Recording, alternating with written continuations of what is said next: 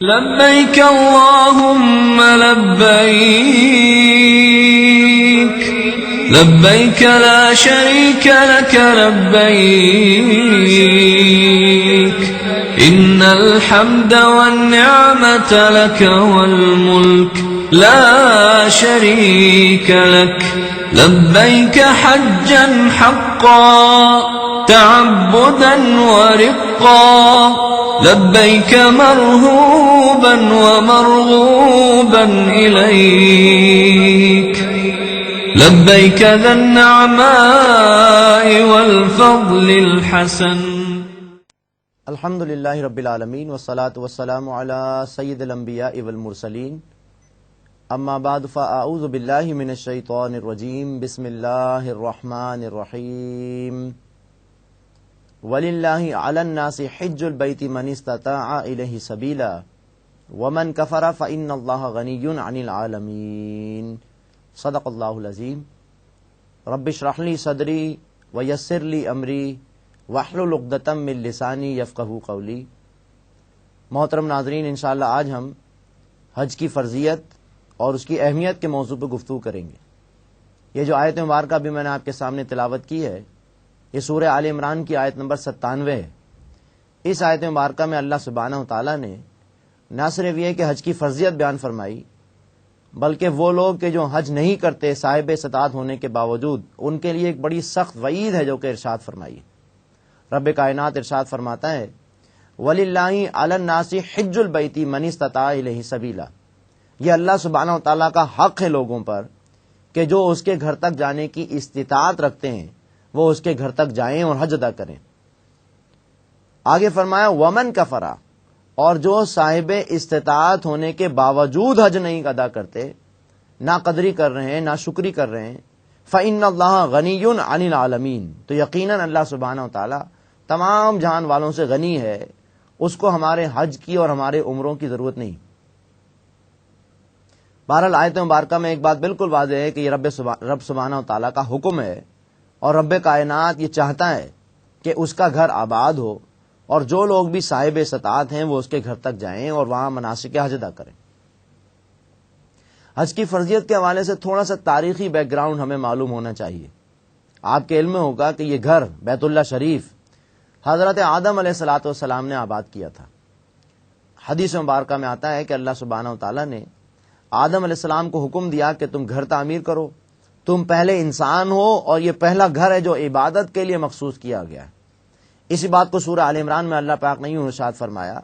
ان اول بیت وضع للناس للذی ببکہ، سب سے پہلا گھر جو لوگوں کے لیے وضع کیا گیا یعنی عبادت کے لیے، یہ وہی ہے جو بکہ میں ہے. مکہ مکرمہ کا پرانا نام ہے. بہرحال حضرت آدم علیہ السلام نے اس گھر کو تعمیر کیا، اور پھر یہ کہ یہ سلسلہ شروع ہوا عبادت کا. اور پھر عرصہ دراز گزرنے کی وجہ سے، اور خاص طور پہ یہ جو علاقہ ہے خانہ کعبہ جس جگہ موجود ہے،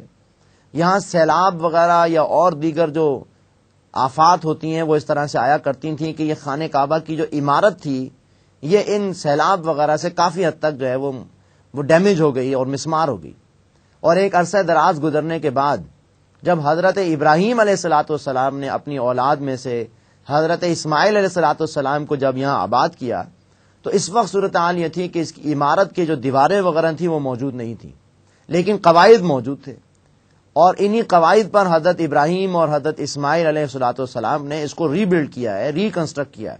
وَإِذْ يَرْفَعُ إِبْرَاهِيمُ الْقَوَاعِدَ مِنَ الْبَيْتِ وَإِسْمَاعِيلُ رَبَّنَا تَقَبَّلْ مِنَّا إِنَّكَ أَنْتَ السَّمِيعُ الْعَلِيمُ. سورہ بقرہ میں آیت مبارکہ آتی ہے کہ جب ابراہیم اور اسماعیل علیہ الصلوۃ والسلام اس خانہ کعبہ کے قواعد جو اس کی بنیادیں تھیں اس کو بلند کر رہے تھے، اور اللہ سبحانہ و تعالیٰ سے دعا کر رہے تھے کہ اے اللہ تو ہم سے قبول فرما لے اس محنت کو، اس مشقت کو، اس عمل کو، اور یقیناً تو سب کچھ سننے والا ہے، سب کچھ جاننے والا ہے. بہرحال ابراہیم علیہ السلام نے اس کو ریکنسٹرکٹ کیا، ری بلڈ کیا، اور اس کے بعد اللہ پاک نے ابراہیم علیہ السلام کو حکم دیا. سورہ حج آیت نمبر 27 میں اللہ پاک نے اس کی طرف اشارہ فرمایا ہے. ابراہیم علیہ السلام کو حکم دیا گیا وَأَذِّن فِي النَّاسِ بِالْحَجِّ، اے ابراہیم تم لوگوں کو ندا لگاؤ، لوگوں کو بلاؤ حج کے لیے، لوگوں کے اندر یہ ندا لگاؤ کہ وہ حج کریں. یا تو کا رجالن وعلی کل دامن یا تینا من کل فج عمیق، تم دیکھو گے کہ لوگ آئیں گے پیدل اور دبلی اونٹنیوں پر، اور یہ کہ دور دراز کی راہوں سے آئیں گے۔ مراد یہ ہے کہ تمہارا کام صرف ندا لگانا ہے۔ ظاہر بات ہے یہ ذہن میں آیا ہوگا حضرت ابراہیم علیہ الصلوۃ والسلام کے کہ یہ صحرا ہے، یہ بنجر علاقہ، وادی غیر ذی زرع، ایسی وادی کہ یہاں زراعت نہیں، تو گویا زندگی نہیں ہے، یہاں پر کون آئے گا؟ تو ذہن میں اگر آیا ہو تو بہرحال اس کا جواب دیا اللہ سبحانہ و تعالیٰ نے کہ تم ندا لگاؤ لوگوں میں کہ وہ حج کریں اللہ کے گھر کا، تم دیکھو گے کہ لوگ آئیں گے، پیدل بھی آئیں گے، دور دراز سے آئیں گے تو دبلیاں اونٹنیاں جو ہیں وہ دبلی ہو جائیں گی، اور اسی طرح من کل فج عمیق، دور دراز کی راہوں سے تم دیکھو گے کہ اللہ سبحانہ و تعالیٰ سے محبت کرنے والے، اللہ سبحانہ و تعالیٰ کے پرستار اس کے گھر کا حج کرنے آئیں گے۔ بہرحال ان دو آیات مبارکہ کے حوالے سے جو بات واضح ہوئی، ایک تو یہ کہ رب کائنات نے حج کا حکم دیا، اور نمبر دو حضرت ابراہیم علیہ السلام نے جب اس کو ری بلڈ کیا تو اللہ تعالیٰ نے ان کو حکم دیا کہ اب تم لوگوں کے لیے ندا لگاؤ کہ وہ حج کریں۔ آپ کے علم میں ہوگا کہ حضرت ابراہیم علیہ السلام سے لے کر نبی اکرم صلی اللہ علیہ وسلم تک یہ بہت بڑا وقفہ ہے۔ اسماعیل علیہ السلام کے بعد بنو اسماعیل میں کوئی پیغمبر نہیں آئے، یہ تقریباً 2000 سال کا وقفہ ہے، یا شاید اس سے بھی زیادہ رہا ہوگا۔ اس دوران ہوا یہ کہ جو عبادت کا طریقہ حضرت ابراہیم علیہ السلام نے سکھایا تھا حج سے متعلق یا اور دیگر، اس میں کافی تحریف کر دی گئی۔ اس بات کی جو ہے گواہی ہمیں قرآن سے ملتی ہے۔ نماز کا حال یہ کیا تھا؟ سورہ انفال میں اللہ پاک فرماتا ہے ما کانا صلاتہم عند البیت الا مکاء و تصدیہ، ان کی نماز نہیں ہے بیت اللہ کے نزدیک مگر سیٹیاں بجانا اور تالیاں بجانا۔ ظاہر بات ہے ہر ذی شعور انسان اس بات کو سمجھتا ہے کہ یہ تالیاں بجانا، یہ سیٹیاں بجانا، یہ کسی پیغمبر کی تعلیم نہیں ہو سکتی۔ لہذا نماز میں تبدیلی کر دی، روزہ ختم کر دیا، زکوٰۃ ختم کر دی، اور حج کا حلیہ ہی بدل دیا۔ حج کے اندر ایسی ایسی چیزیں انہوں نے ایڈ کر دی تھیں جو کسی بھی انسان، شریف النفس انسان کے لیے ممکن نہیں تھا ان پر عمل کرنا۔ مثال کے طور پر خانہ کعبہ کا طواف برہنہ کرنا، اس کو بہت بڑی نیکی سمجھا جاتا تھا۔ بہرحال نبی اکرم صلی اللہ علیہ وسلم نے ان تمام تحریفات کی جو ہے وہ اصلاح فرما دی، اور اب صحیح طریقے سے جو بہترین طریقہ ہو سکتا تھا حج کا، وہ اللہ کے نبی علیہ الصلوۃ والسلام نے مسلمانوں کو عطا فرمایا۔ 8 ہجری میں جب مکہ فتح ہوا تو اگلے ہی سال جو حج ہوا ہے، آپ کے علم میں ہوگا کہ مسلمانوں نے اور مشرکین مکہ نے مل کے کیا۔ ظاہری بات ہے اس وقت تک اللہ کا گھر جو ہے وہ اس سے پہلے مشرکین مکہ کے قبضے میں تھا، لہذا 9 ہجری میں جو حج ہوا اس کے امیر حج حضرت ابوبکر صدیق رضی اللہ تعالیٰ عنہ تھے، اور اس حج کے انتظامات کو مسلمانوں اور مشرکین مکہ دونوں نے مل کے کیا تھا۔ لیکن اس موقع پر اللہ سبحانہ و تعالیٰ کی طرف سے سورہ توبہ نازل ہوئی، اور خاص طور پر سورہ توبہ کی ابتدائی آیات میں اللہ سبحانہ و تعالیٰ نے ان مشرکین عرب کے لیے وہ سزا نازل فرمائی کہ یا تو یہ اسلام قبول کریں یا یہ بیت اللہ شریف اور مکے کو چھوڑ کر ہجرت کر جائیں، ورنہ ان کو قتل کر دیا جائے گا۔ فسیروا فی الارض 4 اشہر واعلموا انکم غیر معجز اللہ، تو زمین میں 4 مہینے تک سیر کر لو، مراد یہ کہ خانہ کعبہ اور مکہ المکرمہ میں،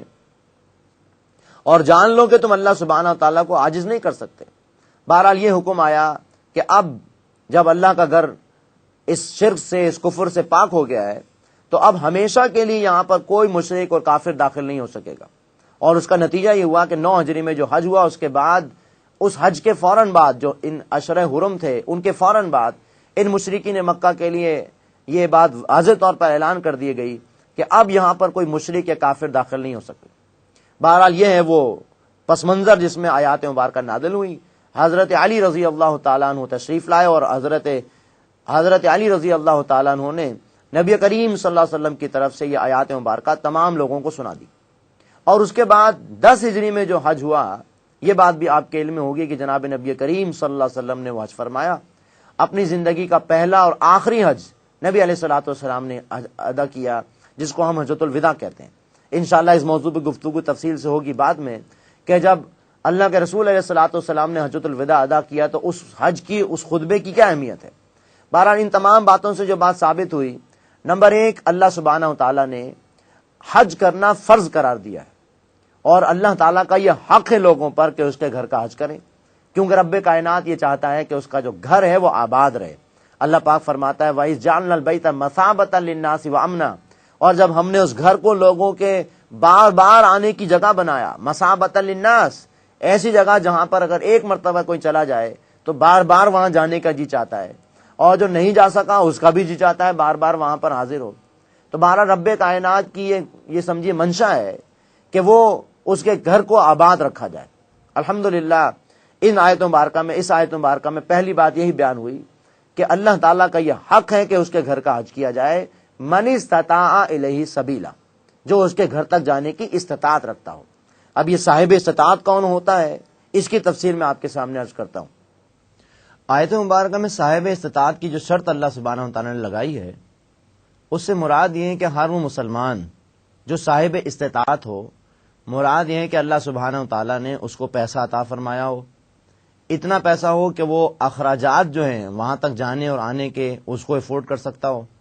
مزید یہ کہ وہاں قیام کے دوران جو اخراجات ہوتے ہیں ان کو افورڈ کر سکتا ہو، اور مزید یہ کہ جتنے دنوں کے لیے وہ اللہ سبحانہ وتعالیٰ کے گھر حاضری کے لیے گیا ہے تو اس کے پیچھے جو اس کی بیوی ہے، بچے ہیں، جو زیر کفالت افراد ہیں، ان کی بھی تمام ضروریات کو پورا کر کے گیا ہو۔ اسی طرح صحت مند ہو، یعنی ایسی کنڈیشن میں ہو کہ وہ وہاں پر حج کے مناسک اچھی طرح ادا کر سکے، خدا نہ خاصہ ڈسیبل ہے یا بالکل ہی اس ضعف کی حالت میں آ چکا ہو کہ وہ مناسک حج ادا کر ہی نہ پا رہا ہو، اور اس کے پاس کوئی ایسا اسسٹنٹ بھی نہ ہو جو اس کو وہ مناسک حج ادا وغیرہ کرائے، تو اس پر تو ظاہر بات ہے کہ پھر حج ممکن نہیں ہے، کیونکہ مناسک حج کے دوران مشقت طواف کی اور سعی کی اور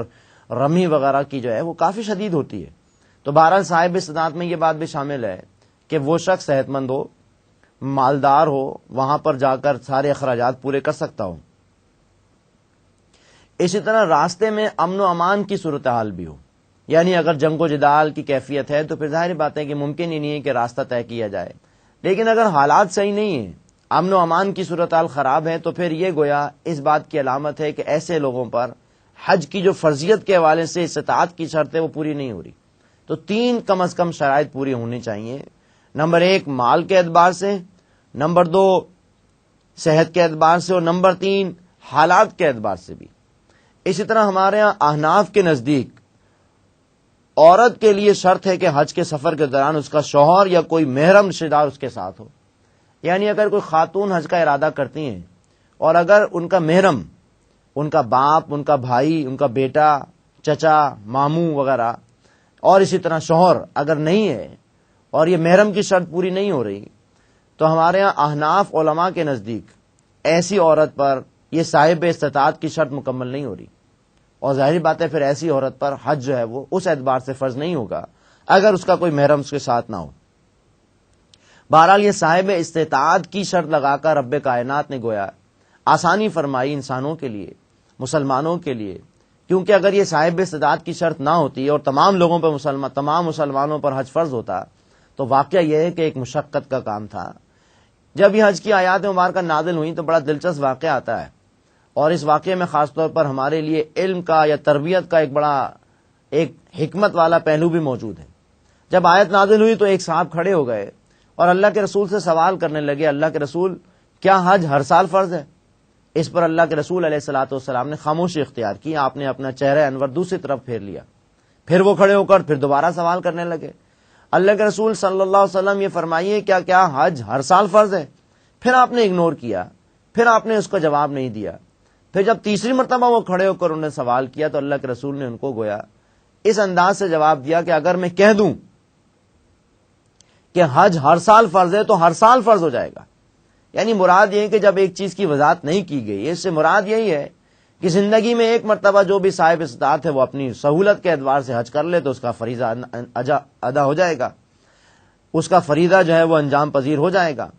لیکن اگر وہ صاحب استطاعت ہونے کے باوجود حج نہیں کر رہا، جیسے کہ آگے اللہ سبحانہ وتعالی نے ارشاد فرمایا ومن کفر، اب یہاں نوٹ کرنے کی بات ہے، صاحب استطاعت ہونے کے باوجود حج نہیں کر رہا تو الفاظ ہے ومن کفر، جو کفر کرے۔ اب کفر کے لغوی اعتبار سے معنی تو ہوتے ہیں انکار کرنے کے، اسی طرح اصطلاحی معنوں میں ہم کفر کہتے ہیں ایسے شخص کو کافر کہا جاتا ہے جو اللہ کا انکار کر رہا ہو، رسولوں کا انکار کرے، آخرت کا انکار کرے۔ لیکن یہ بات بھی ذہن میں رہے کہ یہ جو کفر ہے یہ ناقدری یا ناشکری کے معنوں میں بھی استعمال ہوتا ہے، لہذا اللہ نے فرمایا ومن کفر، جو ناشکری کرے، یعنی اللہ پاک نے صحت دی ہے، پیسہ دیا ہے، سہولت دی ہے، موقع دیا ہے، پھر بھی حج نہیں کر رہا اور حج کو ڈیلے کر رہا ہے،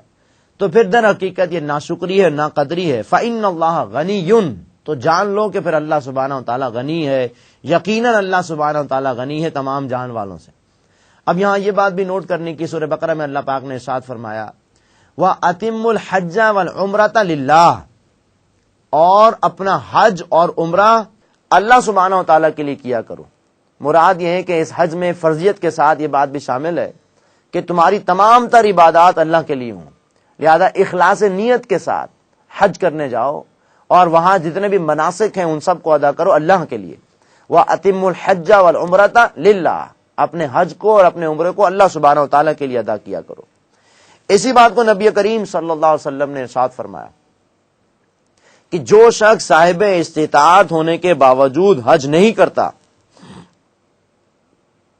مسند احمد کی کتاب، مسند احمد میں کتاب الایمان میں یہ حدیث نقل کی گئی ہے۔ واقعہ یہ کہ بڑی سخت حدیث ہے، اس پر ہم سب کو اپنا اپنا جائزہ لینا چاہیے۔ نبی اکرم صلی اللہ علیہ وسلم کا ارشاد مبارک ہے کہ جو شخص حج کیے بغیر مر گیا، حالانکہ اس کے راستے میں نہ کوئی مرض، نہ کوئی ظالم حکمران اور نہ کوئی واضح ضرورت حائل ہوئی، تو وہ چاہے یہودی ہو کر مرے یا نصرانی ہو کر مرے، جس طرح چاہے مر جائے۔ اب جیسے کہ قربانی کے حوالے سے ہم نے بات رکھی تھی، یا حج کے حوالے سے بھی یہی بات ہے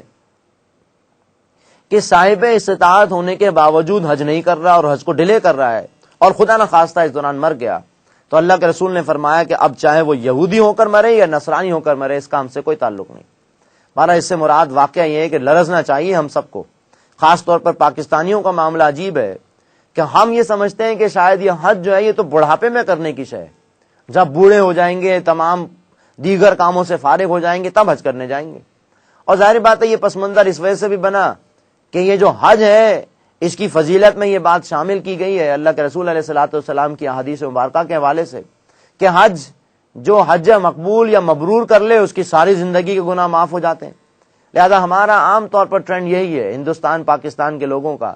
کہ حج جو ہے وہ بڑھاپے میں کیا جائے، سارے گناہ جب کر چکے ہیں، سارے معاملات سے فارغ ہو جائیں تب حج کرنے جائیں۔ اور جو حضرات خواتین بھی حج کرنے گئے ہیں، بہت افسوس ہوتا ہے کہ صرف پاکستانی اور ہندوستانی افراد جو وہاں آ رہے ہوتے ہیں وہ اکثر و بیشتر اولڈ ایجز ہوتے ہیں، بہت زیادہ ضعیف ہوتے ہیں، اور پھر وہاں کے جو مناسک ہیں، خاص طور پر رمی ہے، طواف ہے اور دیگر مشقت والے اعمال ہیں، وہ اس طرح سے نہیں کر پاتے۔ تو یہ اچھی طرح نوٹ کر لیجئے کہ حج در حقیقت جوانی کا ہے۔ اللہ پاک سے دعا بھی کیجئے کہ اللہ پاک ہمیں جوانی میں جب ہمارے جسم کے اندر طاقت موجود ہو تب حج کرنے کی توفیق عطا فرمائے۔ تو بہرحال حج ہر اس شخص پر فرض ہو گیا کہ جو صاحب استطاعت ہے، اللہ تعالی نے سہولت عطا فرمائی ہے، تو پہلی فرصت میں اسے چاہیے کہ وہ حج کرے۔ اس حوالے سے نبی صلی اللہ علیہ وسلم کا ارشاد مبارک ہے، ابن ماجہ میں حضرت عبداللہ بن عباس رضی اللہ تعالی عنہما سے روایت موجود ہے کہ حضور نے فرمایا جو شخص حج کا ارادہ کرے اسے جلدی کرنا چاہیے، کیونکہ کبھی آدمی بیمار ہو جاتا ہے، سواری کا بندوبست نہیں ہو سکتا یا کوئی اور رکاوٹ پیش آ جاتی ہے۔ اب دیکھیں کتنے خوبصورت انداز سے اللہ کے رسول نے ہمیں اس طرف توجہ دلائی ہے کہ جیسے ہی صاحب استطاعت ہو جاؤ، ارادہ کر لو اور اللہ کی طرف متوجہ ہو تو پھر ڈیلے نہ کرو، اس لیے کہ یہ ڈیلے کرنا ہے شیطان کی طرف سے، اور اللہ کے رسول نے اس کی علت بھی بتا دی کہ کبھی ہو سکتا ہے کہ تم نے ارادہ کیا اور ڈیلے کرو تو کوئی اور مصیبت آ جائے، بیمار ہو جاؤ، یا پھر یہ کہ سواری کا بندوبست نہ ہو، یا پھر اور اس سے آگے بڑھ کر کوئی اور مصروفیت آ گئی، کوئی اور مصیبت آ گئی، تو جو فرض ادا کرنا تھا وہ رہ جائے۔ لہذا اس میں جتنے جلدی ہو سکے ہمیں اس حوالے سے حج ادا کرنا چاہیے۔ اللہ سے دعا کریں کہ اللہ پاک ہمیں اس فریضے کی انجام دہی کے اعتبار سے کوتاہی سے بچائے اور جتنے جلدی ہو سکے ہمیں حج ادا کرنے کی توفیق عطا فرمائے۔ اب آئیے ذرا اس کی اہمیت کے حوالے سے چند باتیں ہم سمجھ لیتے ہیں۔ جیسے کہ ہم سب جانتے ہیں کہ جو بخاری اور مسلم دونوں میں روایت نقل کی گئی جس میں نبی اکرم صلی اللہ علیہ وسلم نے ارکان اسلام بیان فرمائے، حضور نے فرمایا بنی الاسلام علی خمس، اسلام کی بنیاد 5 چیزوں پر ہے، یعنی اسلام کی جو عمارت ہے وہ 5 چیزوں پر اس کی بنیاد رکھی گئی ہے، اس کے پلرز 5 ہیں۔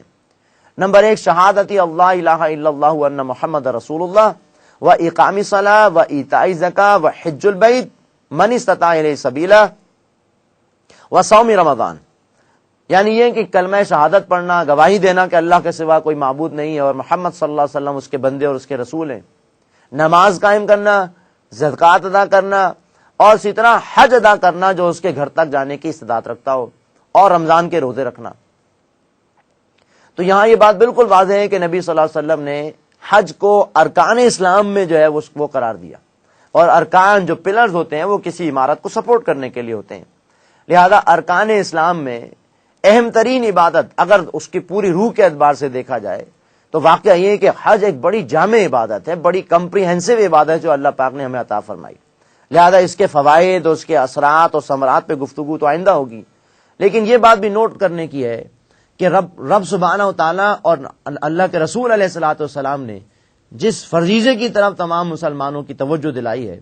اس میں کوتاہی کرنا،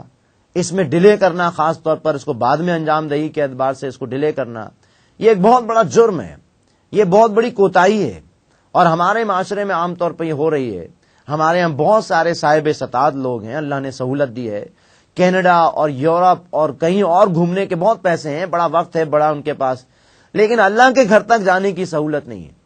یہ بات بھی نوٹ کرنے کی ہے کہ رب سبحانہ و تعالیٰ کی توفیق بھی ہے، اللہ تعالیٰ جس کو عطا فرمائے، ظاہری بات ہے فرض کی ادائیگی کی سہولت بھی اللہ سبحانہ و تعالیٰ ہی عطا فرماتا ہے، لہذا خانہ کعبہ میں دیکھا جا سکتا ہے کہ بہت غریب لوگ ہیں، لیکن اللہ سبحانہ و تعالیٰ نے اس فریضے کی انجام دہی کے لیے ان کو شروع سے توجہ دلا دی، اور انہوں نے اس کے لیے پیسہ جمع کیا اور بڑی مشقت جھیلی، اور بالآخر اللہ پاک نے ان کو اپنے گھر تک آنے کی توفیق عطا فرما دی۔ اور بہت سے ایسے ہیں جن کے پاس بے تحاشا دولت ہے، ہزاروں لوگوں کو حج کرا سکتے ہیں یا کراتے بھی ہیں، لیکن خود اس کے گھر تک جانے کی ان کو توفیق نہیں مل سکی۔ تو بہرحال یہاں پر دعا ہم کو اللہ پاک سے کرنی چاہیے کہ اللہ تعالی ہمیں اس فریضے کی ادائیگی کے لیے سہولت بھی فرما دے، آسانی بھی فرما دے اور متوجہ بھی فرما دے۔ اس کے لیے میں عرض کر رہا تھا کہ ارادے کی بھی ضرورت ہوتی ہے، کچھ اللہ سبحانہ و تعالیٰ سے مانگنے کی بھی ضرورت ہوتی ہے۔ ہم دنیاوی اعتبار سے کیا کچھ نہیں مانگتے اللہ سبحانہ و تعالیٰ سے،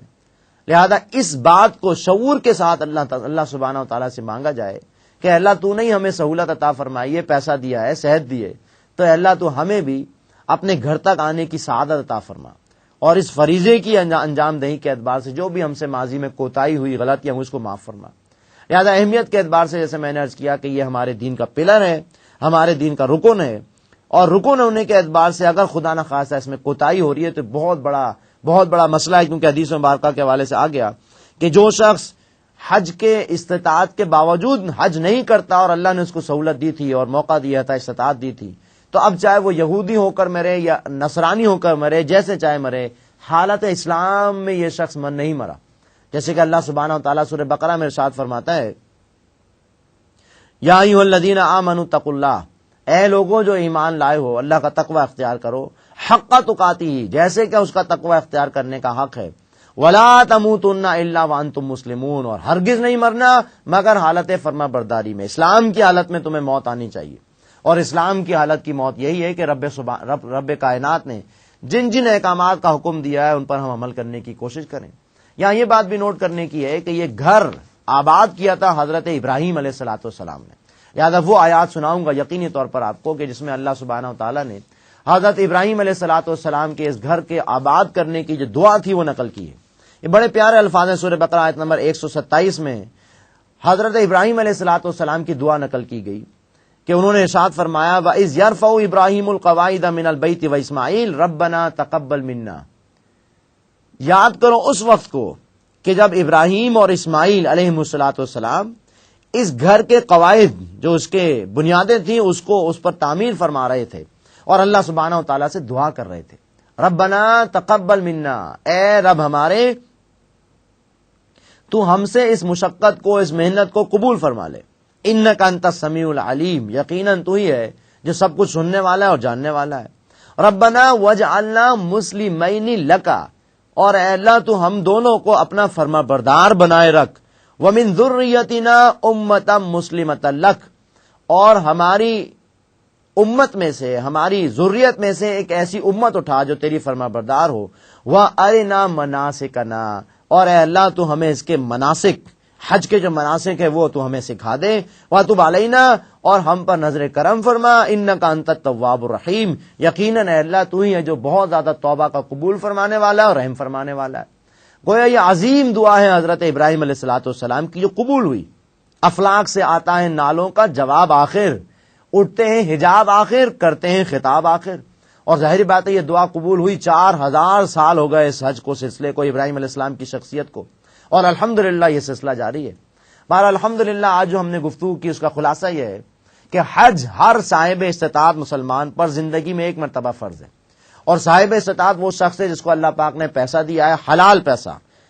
پیسہ. حرام پیسے سے جتنے چاہے حج کر لیں، جتنے چاہے عمرہ کر لیں، کوئی فائدہ نہیں. حلال پیسہ دیا ہے، سہولت دی ہے، صحت دی ہے، حالات بھی درست ہے، امن و امان ہے، سفر کر سکتا ہے.